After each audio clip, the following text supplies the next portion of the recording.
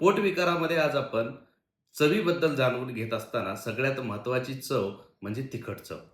तिखट चव ही जर अधिक प्रमाणात जर आपण तिखट खात असू, तर शरीरामध्ये तहानेचं प्रमाण वाढत जातं. सतत तहान लागते. हातपाय दुखायला लागतात. हातापायांना थरथरी सुटते. मध्येच चक्कर येते. त्यासोबतच विशेष लक्षण जर अधिक प्रमाणात जर तिखट किंवा मात्रेपेक्षा तिखट जास्त गेले हे बघायचं असेल, तर पोटविकाराच्या पेशंटमध्ये पोट मुरडून येतं.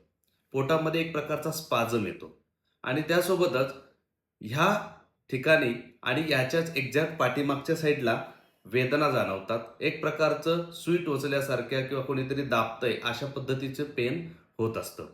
आणि जर योग्य मात्रेत जर चव खाल्लेली असेल, तिखट चवीचे आहार जर व्यवस्थित खाल्लेला असेल, तर त्या तिखट चवीमुळे बऱ्याच वेळेला गळ्याचे जे आजार आहेत, तिथं कफ अडकलेला असेल तर तो कमी होतो. त्यासोबतच शरीरामध्ये कुठे जर त्वचारोग असेल तर तो कमी होतो किंवा शीतपित्त आलेलं असेल तर ते कमी होतं.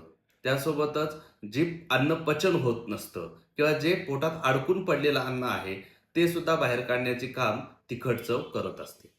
तर तिखट चवीचे अधिक प्रमाणात जर सेवन झालेलं असेल तर पाठ आणि कंबर सुद्धा दुखत असते.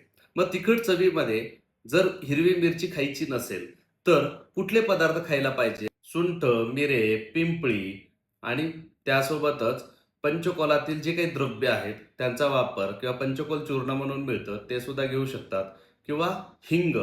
लाईक करा, फॉलो करा आणि शेअर करा आणि कनेक्टेड राहा. धन्यवाद.